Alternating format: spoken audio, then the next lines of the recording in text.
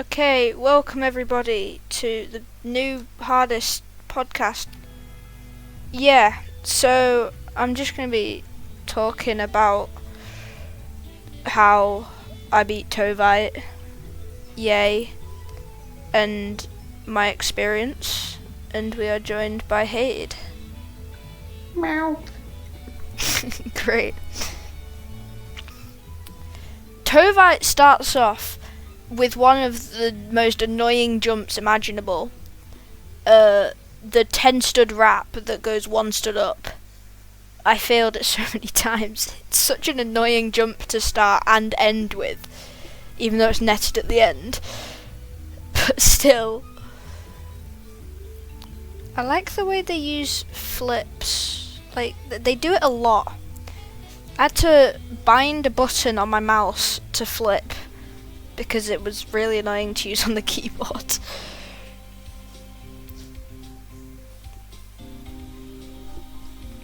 The tower would be way better if they didn't include the stupid shift lock mechanic. Oh yeah, that as well. The shift locks are annoying. Also, a lot of GBJs on this tower. And it's really annoying because I fell into them a lot.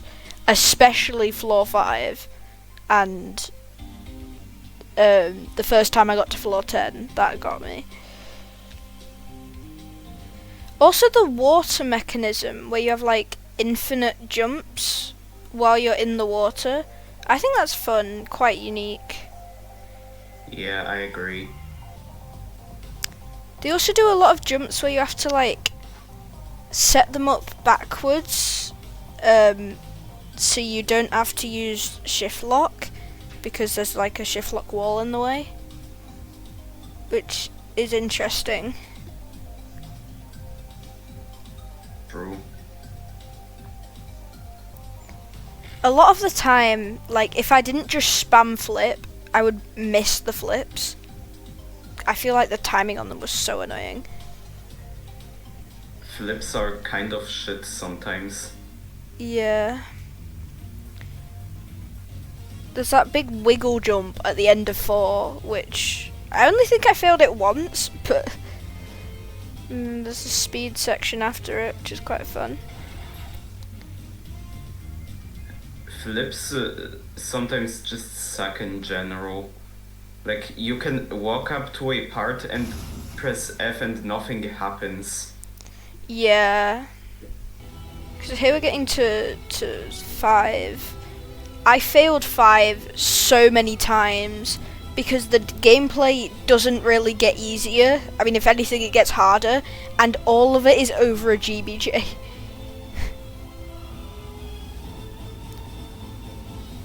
That punishment doesn't look fun. It wasn't.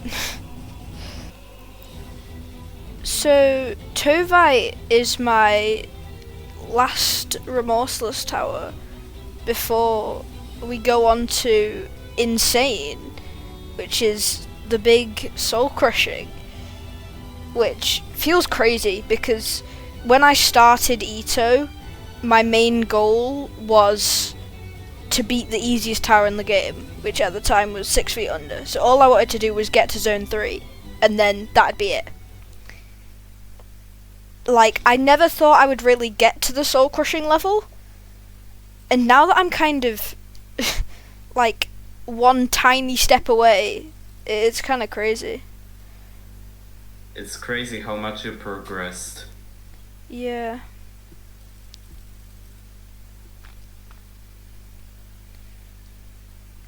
So this is like the first subfloor. So it's the underwater section between 5 and 6. There's another one, the transition between 9 and 10. I find the frame of this tower really interesting. Like, if you go to the separate place where it doesn't have any of the walls, and you just look at how the frame is, it's like a massive maze that you progress through. That sounds very peak. Yeah. you almost died in the video Yeah. playing there. Yeah, you kind of just have to tank those kill bricks in the underwater section. So this is now floor 6, and some of the floor 6 challenges were so annoying. Like, the first 2 that I do here are like fairly easy. They don't really affect me much. This one where you have to like stay controlled inside the water elevator is quite hard, especially when you have to do those wraps around. And then at the end of this one where you have to jump up onto the truss, I found that I failed that sometimes. That really didn't look fun. Yeah, and then it's this last challenge. I failed this so many times. I mean, by the time I got to my last run, I kind of got used to it, but even that first half of it, I found really annoying, especially like the last 2 jumps. But then when you have to come back and you have to obby over the ice where the water elevators were, that was just so annoying. Ice physics? Yeah, that's ice. Oh, that's pure hell. Yeah, No one it was likes ice not physics. fun, that one. Took me a while to get that down. I really like this puzzle where you have to like disable and enable shift lock to get the box to go down and then hit the button without being destroyed. I think that's really smart. Yeah. It's a smart way of using the mechanics. This bit's a GBJ, but it's pretty easy. Apart from that ledge grab, that's probably the hardest thing there, but that's not that hard. Yeah, ledge grabs are easy if you don't rush. Yeah. These wedges are annoying. They use the same mechanic in this floor and in 10. They're just annoying. Oh, that looks hell. I also Like hell. can't flick. And there's a similar puzzle to the last one where you just have to spam shift lock to get the box to go through all the doors, get to the button. And then there's this glidey section which is like oddly satisfying. It's weird. That looks satisfying to do. Yeah.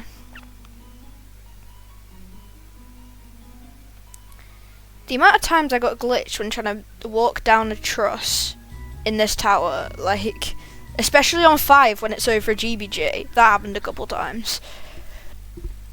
So you have beaten soul crushing towers. What was your like last remorseless tower, or what was your last tower before you beat your first SC? My last tower was, I think, Tower of True Fusion. Yeah, the only remorses I have ever done. Ah, that's pretty cool. So you jumped from... And I immediately jumped to... immediately jumped to Soul Crushing. Yeah, did you do difficulty chart first? Yeah. How was your difficulty chart grind? Hell. Please don't do Tower of Difficulty chart until you're good enough to do Insanes consistently. It's hell. Yeah, I don't plan on doing difficulty chart soon. I really do not like classic towers.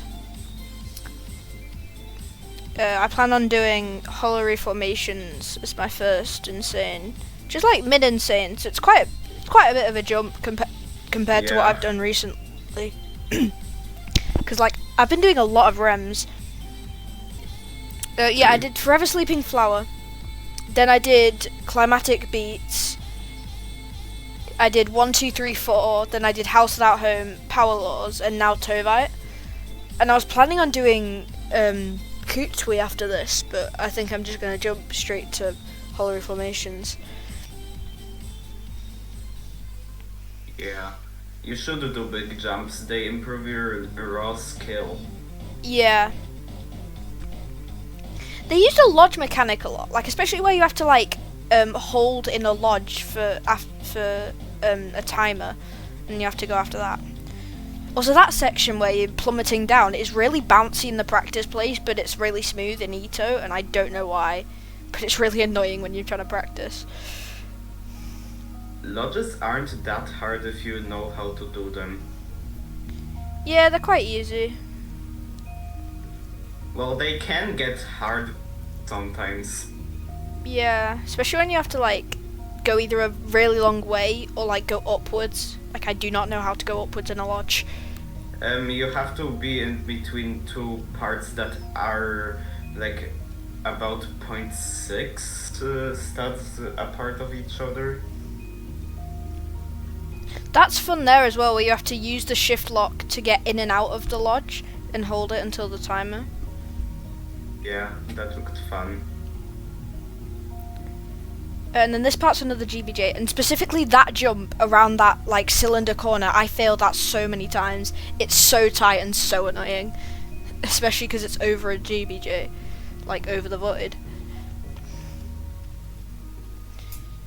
And then back over the safety to this no jump section, which like these jumps here where you have to like get on the platforms that are like round a tight corner, they were so annoying. And even that jump onto the stud that gave you your jump back was annoying as hell. This transition is fun. I have seen sometimes easier jumps in SCs than this tower. Yeah, I mean over the netted parts, the raw gameplay can be quite a lot. Yeah, true, because it can be insane difficulty, raw gameplay, just like in Tower Astral Fusion, where like almost every floor has insane raw gameplay. Yeah, Astral Fusion's a good one to improve your raw skill.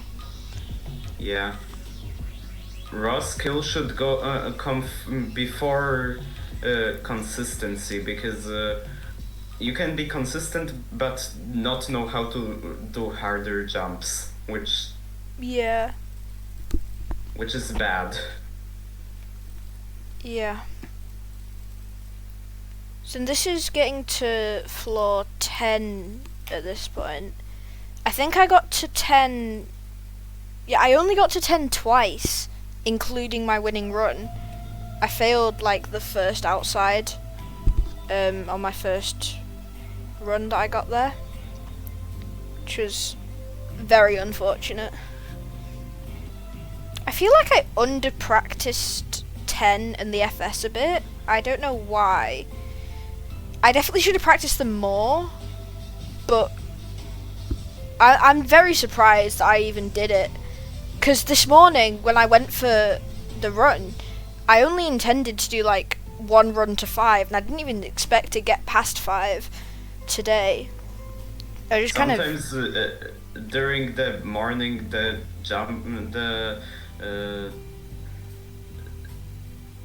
progress becomes insane, and then you can't do it anymore. Yeah, because I tried to like do a little bit of a rebeat later on, and I just couldn't do it. So I went into the practice place to get this footage. It's tough, yeah. But a lot of these jumps are very hard, even over the void on floor 10. Like, I'm very surprised in the difficulty of this. Yeah, they look very hard, and also, what the hell were those jumps on the grass where you couldn't flick? Yeah, they use that a lot where they are shift lock trusses, and you have to just press W and space to flick, like here. Isn't that kind of RNG? Not really, I don't think so.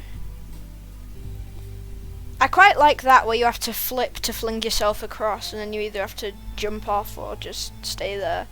I think it uses that on like 2, 8 and here, which is quite fun. This part was also a pain, where it's timed and you have to get around these trusses. They're annoying.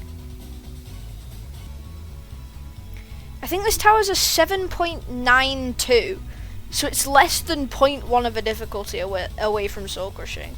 And especially because the raw difficulty of this is so hard, I don't think it'll be too crazy going to insane. I think this tower will lead me into it nicely. Yeah. Those jumps look like about mid-insane. Yeah. Raw difficulty. The raw difficulty is like bad on this. Oh, I nearly fell there.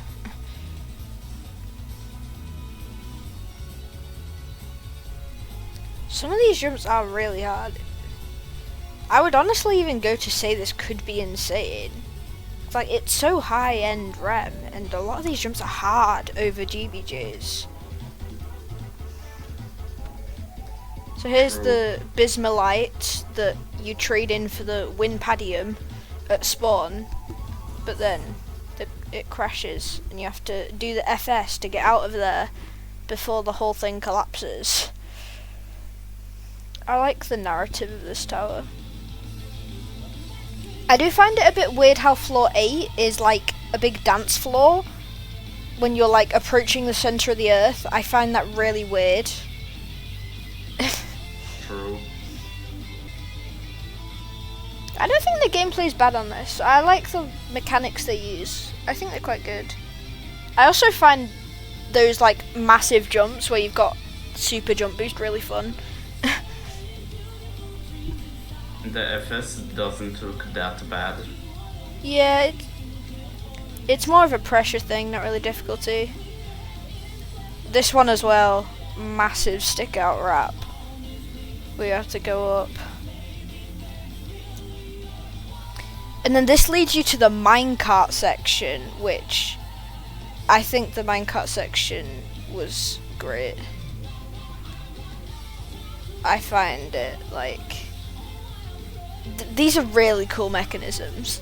Oh yeah, that does look fun. Yeah, you have to jump. It's like Subway Surfers in Roblox. Yeah. But I don't even know how they did it. I guess it's a custom client object, but it's cool. They moved everything except the minecarts. Yeah, I expected that might be it. But I'm still surprised they did it on the client. Yeah, it's pretty cool. And then this elevator takes you all the way up. They could have just been morphers. They could be. That would make sense.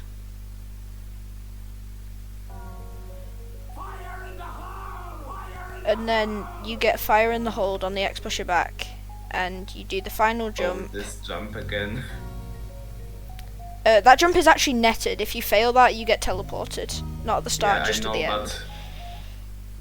But imagine if someone gets their first try and doesn't know what the hell is going on and they think they've fallen. Yeah, it might be a bit scary. So yeah, that's it. That is how I beat the tower of voyaging into the earth. Hopefully it won't take too long before we've beaten an insane, and we'll probably be with Josh on Hollow Reformations, because Josh is the Hollow Reformations guy. Yeah, he I think rebeats it multiple times. Yeah, he's done it like 10 times, I think. Anyway, goodbye everyone. Bye. Meow.